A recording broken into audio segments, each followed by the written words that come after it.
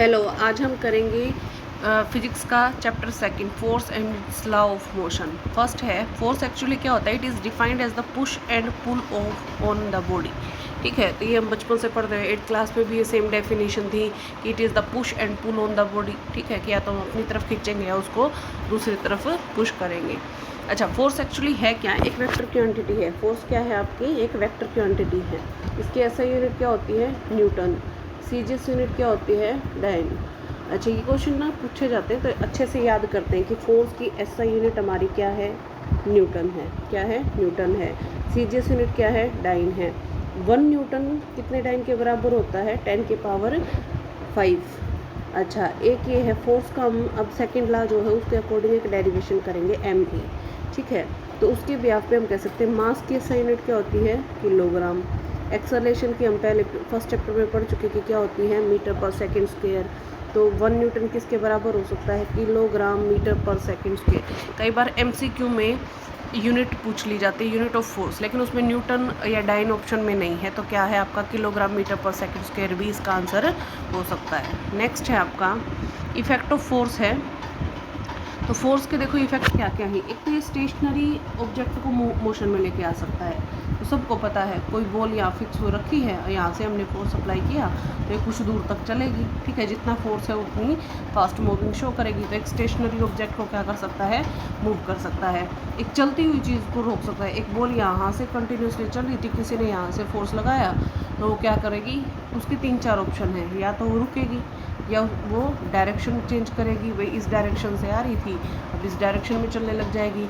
या उसकी direction change होने के साथ साथ उसकी स्पीड कम हो सकती है। क्या हो सकती है? स्पीड कम या ज़्यादा। अगर हम उसके अपोजिट डायरेक्शन में फोर्स लगा रहे हैं तो कम हो जाएगी, सेम डायरेक्शन में हमने फोर्स लगाया तो क्या हो जाएगी? इंक्रीज हो जाएगी। Force can change the shape and size of an object. हमने ये कोई स्टोन लिया है, ठीक है, और उस पर हमने कोई थोड़े से यहाँ से फोर्स लगाया तो छोटे छोटे टुकड़ों में यहाँ टूट गया। तो हमने क्या किया? उसको शेप और साइज को कन्वर्ट कर दिया। तो फर्स्ट क्या था हमारा? Move stationery object. सेकंड क्या था? Stop moving body. थर्ड क्या था? Change direction of the moving object. Fourth क्या था? Change the speed of moving body. Last क्या था? Change the shape and size. ठीक है, नेक्स्ट है बैलेंस्ड और अनबैलेंस्ड फोर्स हैं। बैलेंस्ड फोर्स क्या होता है? जब हमारा नेट फोर्स की वैल्यू 0 आए। ठीक है, जब किसी भी ऑब्जेक्ट पे जब व्हेन 2 और more forces acting on a body produced a net force equal to 0। जब 2 या 2 से ज़्यादा फोर्स है किसी ऑब्जेक्ट पे वर्क कर रहे हैं और हमारा नेट फोर्स क्या आए? 0 आए। फॉर एग्जांपल ये मेरे पास क्या है? कोई ऑब्जेक्ट है। ठीक है, हमने यहाँ से इस पर क्या लगाया? फोर्स लगाया। हमने यहाँ से भी इस पर क्या लगाया? फोर्स लगाया। ये मेरा कितना है? ये मेरा कितना है? 10 न्यूटन। ये भी मेरा कितना है? 10 न्यूटन। ठीक है, ये क्या हो जाएंगे? क्या ये ऑब्जेक्ट है वो मूव करेगा? बिल्कुल भी नहीं करेगा। ठीक है, तो इस वजह से हमारा क्या है? नेट फोर्स जब 0 हो तो हम क्या कह सकते हैं कि वो क्या है? बैलेंस्ड फोर्स है। सेम प्रोसेस इसलिए कहा कि जब एक ऑब्जेक्ट है, ये हमारा कोई ऑब्जेक्ट है, इस पर हमने एक फोर्स यहाँ से लगाया, एक फोर्स यहाँ से लगाया। यहाँ पे था 15 न्यूटन फोर्स, यहाँ से हमने किया 10 न्यूटन फोर्स। अब हम कह सकते हैं कि ये क्या करेगा? वेस्ट की तरफ मूव करेगा। किसकी तरफ मूव करेगा? वेस्ट की तरफ मूव करेगा। ठीक है, तो जब क्या है? Net force not equal to 0, तो उसको क्या बोलेंगे कि वो क्या है? अनबैलेंस्ड फोर्स है। अब डेफिनेशन को दोबारा रिपीट करते हैं। व्हेन 2 और more forces act on a body and produced a net force equal to 0। Same है, व्हेन 2 और more forces act on a body and produced net force not equal to 0 is called unbalanced force. Next है आपका, इसके अंदर differences हैं ये। A balanced force does not produced any change in the state of uniform motion और rest. Definitely, क्योंकि वो motion rest था, रेस्ट का तो हमने अभी एग्जांपल देखा है कि वो उसको क्या नहीं करेगा? मोशन में नहीं लेके आएगा। और दूसरी बात, अगर कोई कॉन्टीन्यूसली मूविंग है, सेम स्पीड से कोई चीज़ मूव कर रही है, उस पर हमने नेट फोर्स लगाया दोनों तरफ से सेम, 10 इधर से 10 इधर से, तो क्या इसकी स्पीड में कोई फ़र्क पड़ेगा? नहीं पड़ेगा। ठीक है, तो वही इसने कहा कि स्टेशन यूनिफॉर्म मोशन और रेस्ट है, उसमें कोई भी चेंज नहीं लेके आता। But unbalanced force can produced a change in the state of uniform motion और रेस्ट ऑफ द बॉडी। ये क्या करता है, चेंज प्रोड्यूस करता है, क्योंकि एक तरफ से कम फोर्स लगेगा और एक साइड से क्या लगता है, ज़्यादा फोर्स लगता है। नेक्स्ट है आपका a balanced force does not cause a body to accelerate. Same वही चीज़ है कि वो मूव नहीं करेगा तो एक्सेलरेशन कहाँ से आएगी, होगी नहीं, ठीक है। तो does not cause a body to accelerate but unbalanced force can accelerate a body. वो उसको क्या कर सकती है, एक्सेलरेट कर सकती है, उसकी स्पीड को इंक्रीज या डिक्रीज कर सकती है। नेक्स्ट है आपका imbalanced force. Force is equal to equal in magnitude but opposite in direction. तो वो तो हमने पढ़ा ही था कि ये कोई ऑब्जेक्ट है जिस पे 10 न्यूटन इधर से 10 न्यूटन इधर से, तो मतलब मैग्नीट्यूड वैल्यू तो सेम थी बट डायरेक्शन क्या थी, अपोजिट थी, ठीक है। एक इधर से लग रही थी, एक क्या लग रही थी, इधर से लग रहा था। अच्छा, but in unbalanced force are unequal in magnitude and causing the object to move in the direction of greater force. Definitely क्या होता है कि अनइक्वल होता है। एक तरफ से फॉर एग्जांपल क्या लग रहा है, 15 न्यूटन फोर्स, तो दूसरी तरफ से लग रहा था 10 न्यूटन फोर्स, ठीक है। और वो क्या कोज करते हैं, जिस डायरेक्शन में ज़्यादा फोर्स है तो डेफिनेटली ऑब्जेक्ट अगर यहाँ है तो वो इसी साइड में मूव करेगा, इस साइड में मूव करेगा, तो move in the direction of greater force. अब समझ में आ गया, एक बार रफली इसको रिवीजन में लेते हैं। देखो यहाँ ये क्या कहता है, when two forces act on a body net force equal to 0, balanced force does not accelerate, या फिर डज नॉट एक्सेलरेट वाला ये है। फिर है balanced force does not produce any change in the state of uniform motion और rest. अच्छा, ये इक्वल मैग्नीट्यूड होता है बट अपोजिट डायरेक्शन होता है। अब आते हैं अनबैलेंस्ड फोर्स में। When two force act on a body net force is not equal to 0, unbalanced force can produce a change in the state of uniform motion और rest, मतलब state को change करेगा ही करेगा। Unbalanced force can accelerate a body, वो क्या करती है, उसको एक्सेलरेट करती हैं। In unbalanced force are unequal in magnitude but cause the object move in the direction of greater force. जिस साइड डायरेक्ट ज़्यादा फोर्स है उस साइड वो क्या करेगा, मूव करेगा। नेक्स्ट है आपका रिजल्टेंट फोर्स। रिजल्टेंट फोर्स क्या होता है, total force acting on an object when multiple force are combined. जब एक ही ऑब्जेक्ट पे, ये कोई ऑब्जेक्ट है, इस पर काफ़ी सारी फोर्स अप्लाई करे जाएंगे तो सिर्फ उसका सम, इसका उसका टोटल क्या कहलाता है, उसका रिजल्टेंट फोर्स कहलाता है। जैसे एक फोर्स ये था, एक फोर्स ये था, हमने इसका क्या कर दिया, रिजल्टेंट फोर्स निकाल दिया ऐड करके, ठीक है। नेक्स्ट है हमारा, ये कुछ डेफिनेशन है कि ग्रेविटेशनल फोर्स आपका क्या होता है, force of attraction between any two object with the mass, ठीक है। कि ये कोई एक ऑब्जेक्ट है, ये कोई दूसरा ऑब्जेक्ट है, इसका मास m1 है, इसका मास क्या है m2, इनके बीच में जो भी फोर्स ऑफ अट्रैक्शन है उसको क्या बोलेंगे, ग्रेविटेशनल फोर्स बोलेंगे, ठीक है। नेक्स्ट है आपका इलेक्ट्रोमैग्नेटिक फोर्स। इलेक्ट्रोमैग्नेटिक फोर्स क्या है, force of attraction between electrically charge particle, ठीक है। दो इलेक्ट्रिकल चार्ज पार्टिकल हैं, उसके बीच में कितना फोर्स ऑफ अट्रैक्शन है वो क्या कहलाता है, इलेक्ट्रोमैग्नेटिक फोर्स। एक प्लस का है, एक माइनस का, उसके बीच में जितना भी फोर्स ऑफ अट्रैक्शन है वो क्या है, इलेक्ट्रोमैग्नेटिक फोर्स है, ठीक है। नेक्स्ट है आपका strong force of strong nuclear force. Nuclear force का मतलब क्या है, force that hold proton and neutrons with in the nucleus, ठीक है। न्यूक्लियस के अंदर प्रोटॉन और न्यूट्रॉन्स हैं और वो न्यूक्लियस के अंदर ही रहते हैं, कभी भी न्यूक्लियस से बाहर नहीं जाते। तो इसका मतलब जो फोर्स ऑफ अट्रैक्शन है वहाँ पे उसको क्या बोलेंगे, स्ट्रॉन्ग न्यूक्लियर फोर्स। फिर आया था एक गैलीलियो। गैलीलियो की एनालिसिस क्या कहती है, गैलीलियो से पहले आया था एक एरिस्टोटल था, उसका मानना था कि natural state of body is rest. किसी भी बॉडी की, किसी भी ऑब्जेक्ट की नेचुरल स्टेट क्या होती है, रेस्ट होती है, ठीक है।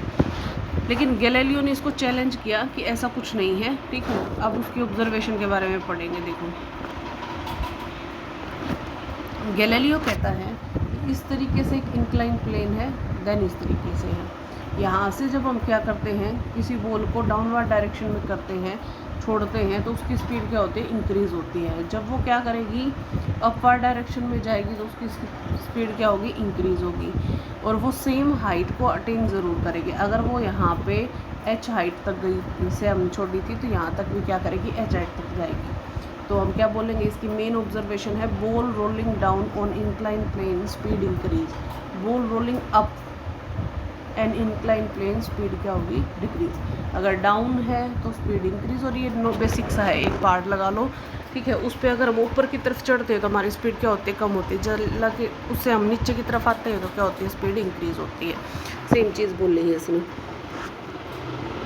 अच्छा, एक फिर इसने एक बात और कहा था, एक्सपेरिमेंट ऑन ए हॉरिजॉन्टल। अब तो इंक्लाइन प्लेन था, फिर ये कहता कि अगर क्या है हमारा इस तरीके से कोई प्लेन है और वो ऐसे सीधा है बिल्कुल, ठीक है, यहाँ से क्या है एक इंक्लाइन प्लेन है और ऐसे सीधा है, तो जो बॉल है हमारी यहाँ से जो हमने बॉल को गिराया वो कॉन्टीन्यूसली मोशन में रहेगी। तो on a smooth surface ball continue move, ठीक है, ये मानना था इसका।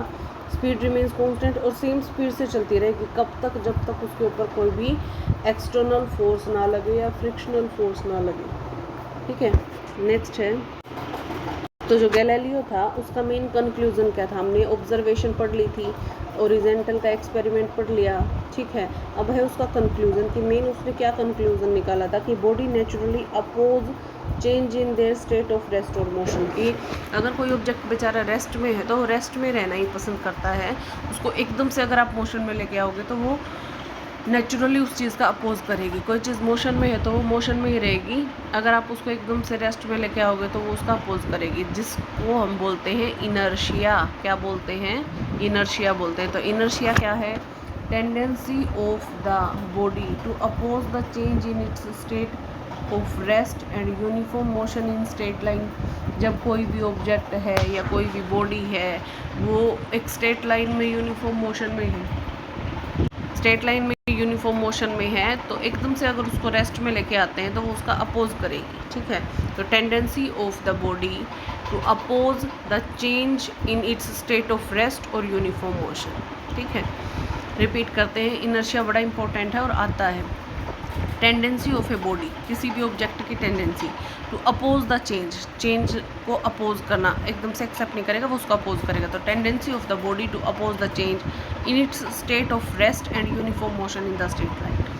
इनर्शिया का के बारे में एक चीज़ और है कि वो क्या होता है, डायरेक्टली प्रोपोर्शन होता है किसके, मास के, ठीक है।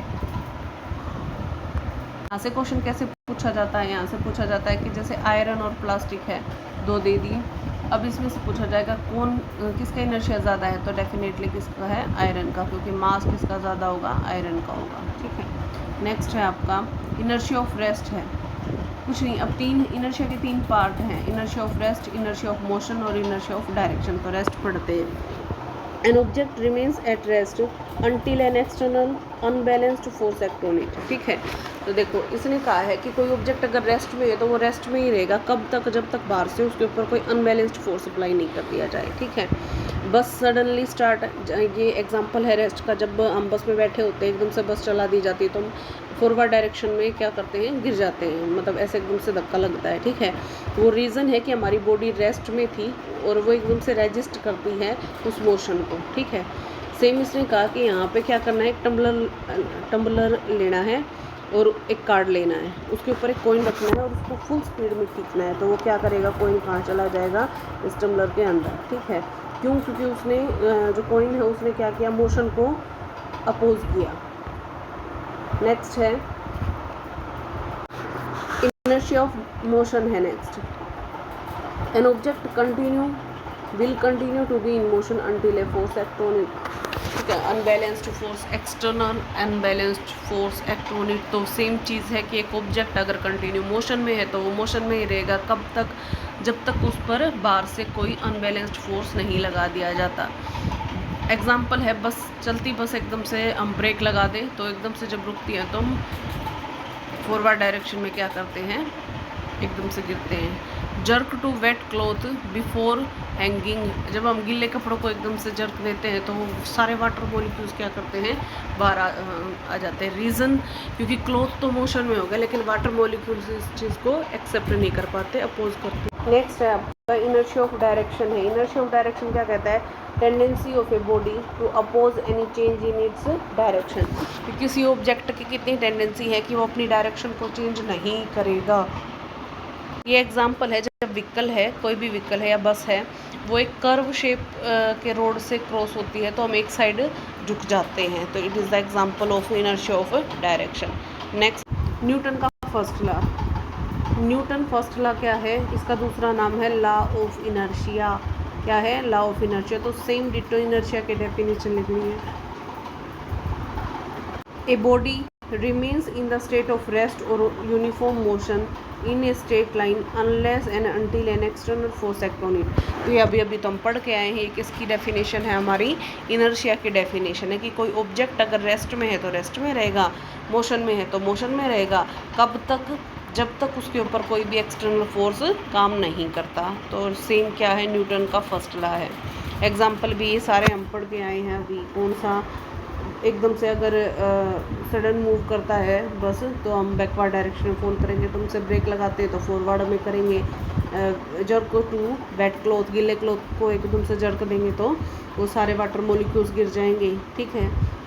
अच्छा, कोई पेड़ है उसको एकदम से शेक किया तो ब्रांचेस तो किस में आ गई, मोशन में। लेकिन जो फ्रूट हैं, लीव्स हैं, वो क्या हो जाती है, रेस्ट में रहना पसंद करती हैं और गिर जाती हैं। जो ब्लड है वो एक स्मॉल होल से, इसने कहा एक विंडो लो, ग्लास विंडो लेनी है, ठीक है, जिसमें एक स्मॉल होल है। अच्छा, उसमें से जब ब्लड को पास करेंगे तो एकदम से ग्लास है वो टूट जाता है पीसेस में। ये भी किसका है, इनर्शिया का एग्जांपल। नेक्स्ट है कैरम है, कैरम ये आएगा, कैरम कोइन आएगा। Carrom coins remains at rest only lower coin move. अच्छा, ये कैरम की ये गिटियाँ नहीं होती, एक के ऊपर एक रखी होती है इस तरीके से। तो जब हम ऐसे लास्ट वाले को मारते हैं तो बाकी ऐसे कैसे फिक्स हो जाती है, सिर्फ लास्ट वाली मूव करती है। तो ये भी किसका है, इनर्शिया ऑफ रेस्ट का एग्जांपल है। अब देखो मोमेंटम है। मोमेंटम क्या है, it is the product of mass and velocity. ये तो है एग्जाम में जो लिख के आनी है, क्या है ये, it is the product of the mass and velocity. Commonly अगर नॉर्मली कोई आपसे ये पूछे कि मोमेंटम एक्चुअली में है क्या है, ठीक है, ये तो फॉर्मूला है कि मास इंटू वेलोसिटी है। तो नॉर्मली मोमेंटम क्या होता है, quantity of motion an object has, ठीक है, कि मोशन की कितनी क्वांटिटी किसी ऑब्जेक्ट के पास है, वो क्या है, मोमेंटम है। अच्छा, अब मोमेंटम का सिंबल होता है P और मास इंटू वेलोसिटी क्या है, इसका फॉर्मूला है।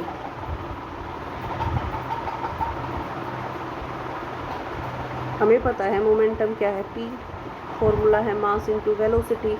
SI यूनिट कैसे निकालेंगे, जब आपको SI यूनिट नहीं याद होती तो निकालते हैं। मास की क्या होती है किलोग्राम, वेलोसिटी की क्या होती है मीटर पर सेकेंड। स्क्वायर नहीं आएगा यहाँ पे, ठीक है, सिर्फ मीटर पर सेकंड आएगा। अच्छा, ठीक है, किलोग्राम मीटर पर सेकंड स्क्वायर किसकी थी, फोर्स की थी, ठीक है, किसके बराबर थी, 1 न्यूटन के इक्वल थी। अब यहाँ से हम करते हैं कि किलोग्राम मीटर पर सेकंड को अगर हम न्यूटन में लिखेंगे तो कैसे लिखेंगे, न्यूटन सेकंड के बराबर। किसके बराबर लिखेंगे, न्यूटन सेकंड के बराबर। तो ये दोनों के दोनों किसकी हैं, मोमेंटम की SI यूनिट। ये SI यूनिट है, ये नॉर्मल यूनिट है। अब सीजीएस यूनिट की बात करें, किलोग्राम का सीजीएस होता है ग्राम, मीटर का सीजीएस होता है सेंटीमीटर और सेकंड का सेकंड रहता है। तो इसकी सीजीएस यूनिट क्या होगी, ग्राम सेंटीमीटर सेकंड। दूसरी हमें पता है न्यूटन सेकंड है, तो न्यूटन का सीजीएस क्या था, डाइन, और सेकंड का तो सेकंड, तो क्या होगी, डाइन सेकंड। चारों की चारों याद होगी। अब रिपीट करते हैं। मोमेंटम की पहली क्या थी, किलोग्राम मीटर पर सेकंड, जो किसके इक्वल है, न्यूटन सेकंड। सीजीएस यूनिट क्या थी, ग्राम सेंटीमीटर सेकंड, जो किसके इक्वल है, डाइन सेकंड के इक्वल है। क्लियर है, चलो आगे बढ़ते हैं। ये देखो, ये यहाँ पे ऐसा यूनिट क्या है, किलोग्राम मीटर पर सेकंड, किसके बराबर है, न्यूटन सेकंड। सीजीएस यूनिट किसके बराबर है, ग्राम सेंटीमीटर पर सेकंड, और ये किसके बराबर है, डाइन सेकंड के। अब है इम्पल्स। इम्पल्स कुछ नहीं है, इम्पल्स क्या होता है, it is the product of force and time. किसके इक्वल है, फोर्स और टाइम के प्रोडक्ट के इक्वल होता है। ऐसा यूनिट बिल्कुल सेम है, क्योंकि फोर्स की क्या होती है, न्यूटन, टाइम की क्या होती है, सेकंड, तो न्यूटन सेकंड। तो ऐसा यूनिट मोमेंटम के बिल्कुल सेम है, तो सीजीएस यूनिट भी बिल्कुल सेम होगी, ठीक है। इम्पल्स का सिंबल होता है J, ठीक है। इम्पल्स की एक और, इम्पल्स का एक और फॉर्मूला है जो किसके बराबर होता है, इम्पल्स चेंज इन मोमेंटम। किसके बराबर है, चेंज इन मोमेंटम। मतलब J एक तो बराबर है किसके, F इंटू डेल टी के, ठीक है। एक J किसके बराबर है, डेल P के, इन दो के बराबर है। तो एक थ्योरम है impulse momentum theorem. Impulse momentum theorem है मतलब सेम जो मैंने आपको बताया उससे प्रूव करना है। तो मुझे ये पता था कि जो इम्पल्स है वो क्या है, force into change in the time. मुझे पता है इम्पल्स क्या है, change in momentum. According to mathematics जब एक साइड इक्वल है, लेफ्ट हैंड साइड इक्वल है, तो right hand side automatically equal. तो इसको हम थोड़ा सा क्या करेंगे, यहाँ लिख देंगे एफ इंटू डेल टी किसके बराबर है, डेल पी के। डेल पी एक्चुअली होता क्या है, final momentum minus initial momentum, ठीक है। और वही हमें प्रूव करना था, वही हमें क्या करना था, प्रूव करना था कि एफ़ को हमने किसके इक्वल लिया, एफ इंटू डेल टी था जो डेल पी के बराबर है। डेल पी क्या होता है, final minus initial, hence prove. Next है हमारा impulse from the force time graph, ठीक है। ये हमने कोई फोर्स टाइम ग्राफ लिया, ये यहाँ लिया, ये जितना भी एरिया कवर करेगा, तो देखो यहाँ फोर्स टाइम ग्राफ से हमें इम्पल्स कैसे मिलेगा, उसके एरिया से मिलेगा, बस इतना याद रखना है। तो देखो ये शेप कैसी है, रेक्टेंगल है, तो मतलब एल इंटू बी से क्या आ जाएगा, इसका इम्पल्स आ जाएगा, किसमें, फोर्स टाइम ग्राफ होना चाहिए, ठीक है। नेक्स्ट है न्यूटन का सेकेंड लॉ। न्यूटन से सेकेंड लॉ सबसे आसान लॉ है। ये क्या कहता है, the rate of change of momentum of an object. Rate of change of momentum मतलब डेल पी अपॉन में T is directly proportional to applied unbalanced force in the direction of force. Indirectly way में इसने क्या कहा, rate of change of momentum, rate मतलब time, change of momentum मतलब del P, directly proportional है किसके, unbalanced, applied unbalanced force के in the direction of force, जिस डायरेक्शन में लगा है, ठीक है। याद हो गया, rate of change of momentum of an object is directly proportional to applied unbalanced force in the direction of force. इससे अब हम क्या करेंगे, एक डेरिवेशन करेंगे। इन ला के डेरिवेशन से हमें जो रिजल्ट मिलेगा वो हमें क्या मिलता है, F is equals to M A. हमें ये लास्ट रिजल्ट है, ये प्रूव करना है, ठीक है। चलो शुरू से शुरू करते हैं।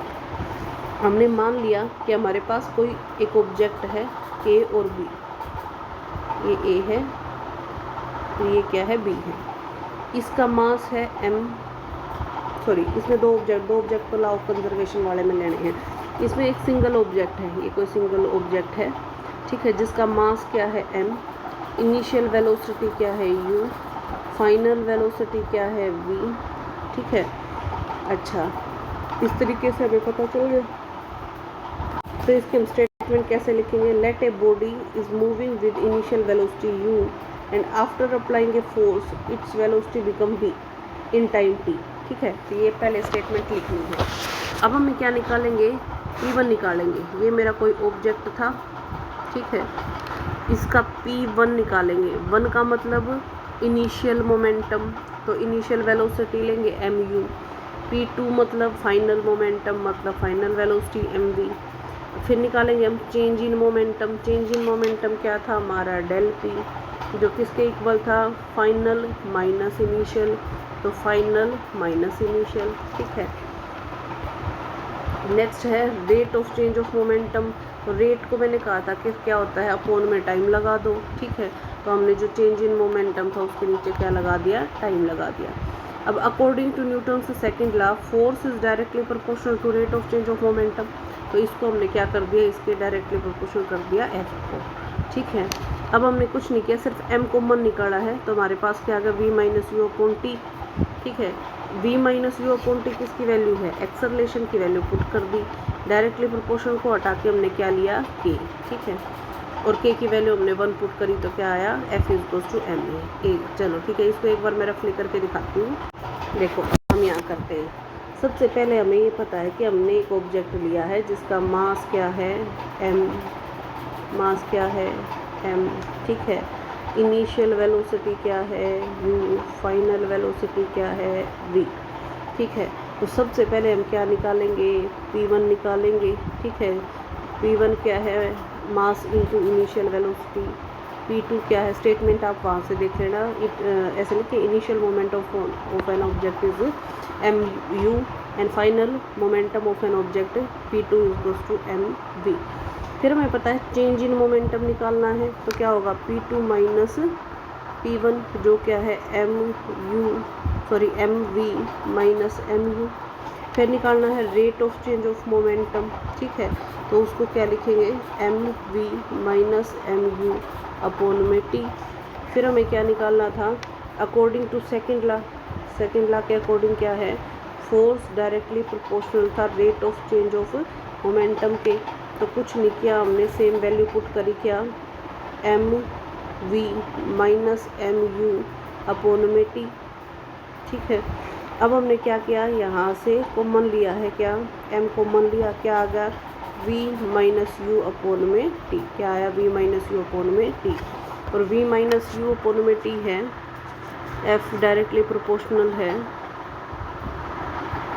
m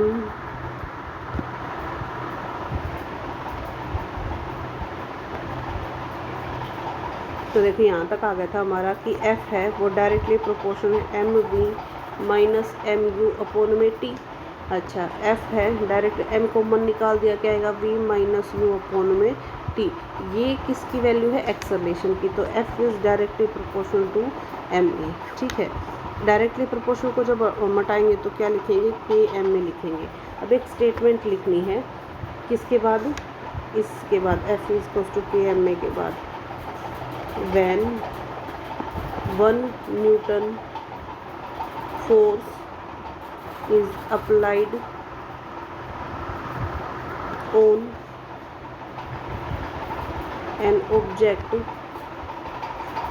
having mass 1 kilogram,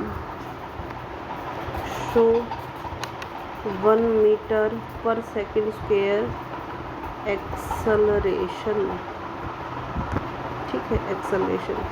अच्छा, तो इससे हम क्या पुट करेंगे कि f की वैल्यू 1 है, के m की वैल्यू 1 है, a की वैल्यू 1 है।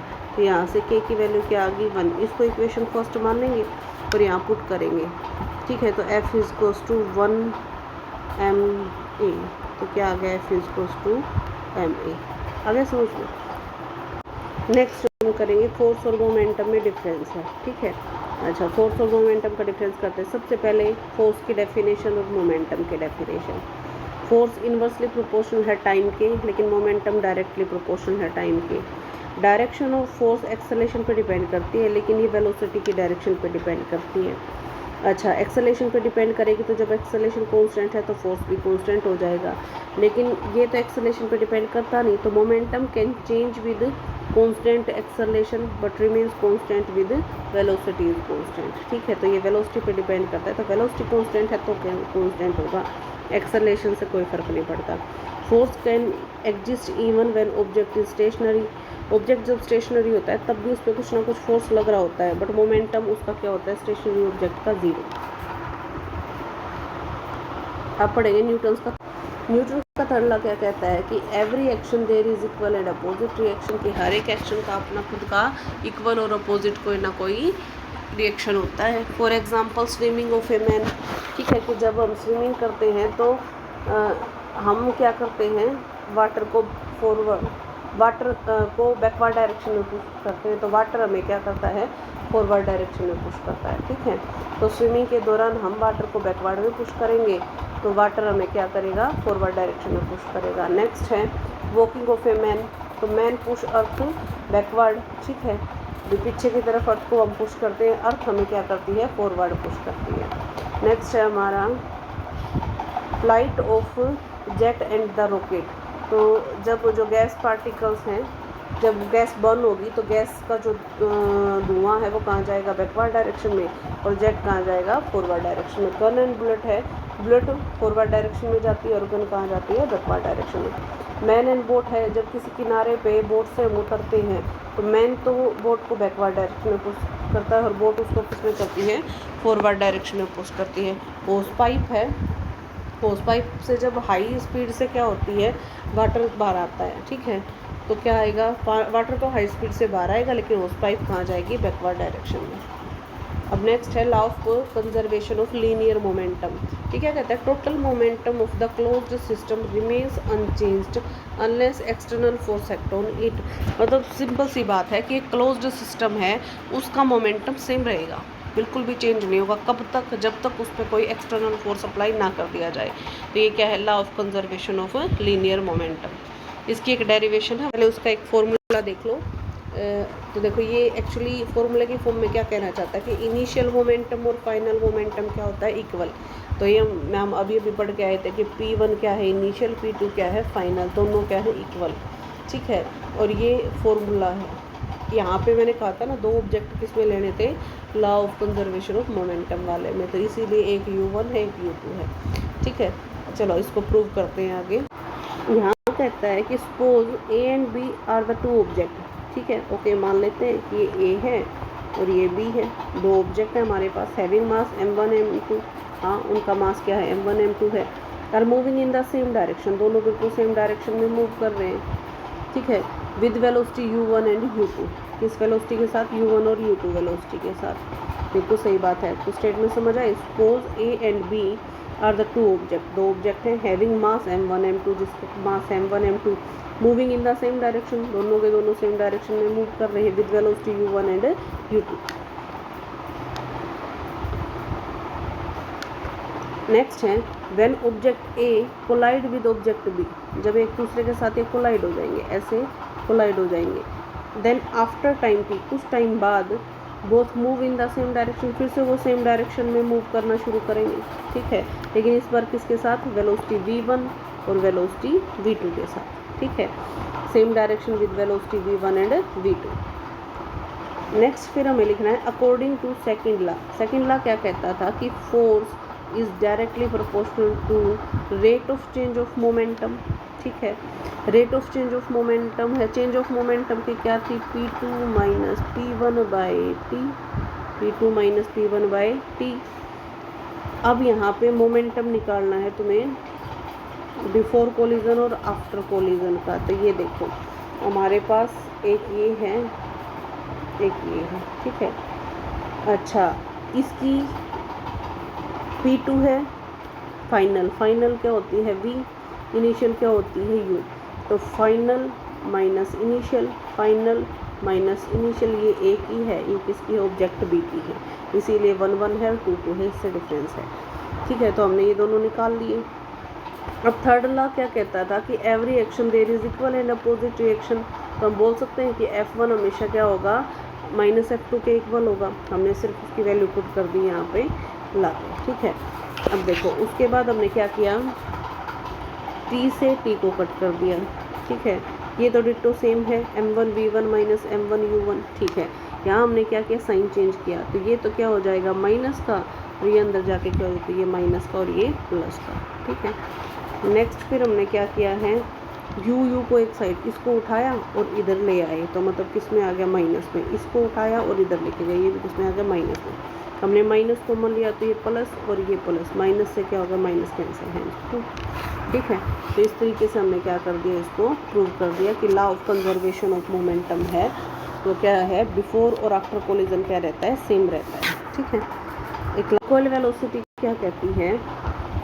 The backward velocity of the gun experience when A bullet is fired. जब हम क्या करते हैं? बुलेट को फायर करते हैं तो गन बैकवर्ड डायरेक्शन में जाती है ना, according to Newton's third law. Recoil velocity का फॉर्मूला क्या है? वेलोसिटी का फॉर्मूला आप लिखेंगे minus mass of bullet, velocity of bullet and mass of gun. ठीक है, एक एग्जांपल से आपको करके दिखाते हैं। फॉर एग्जांपल ये हमारे पास है, तो देखो a field gun of the mass, gun का मास कितना है? 1500।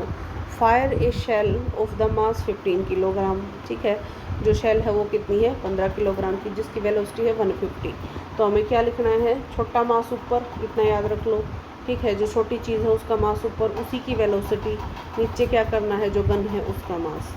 तो कट करके आंसर आ गया। अब समझ में आ गई आंसर क्या था? साथ आगे क्या लग जाएगा? माइनस लग जाएगा। ठीक है, थैंक यू।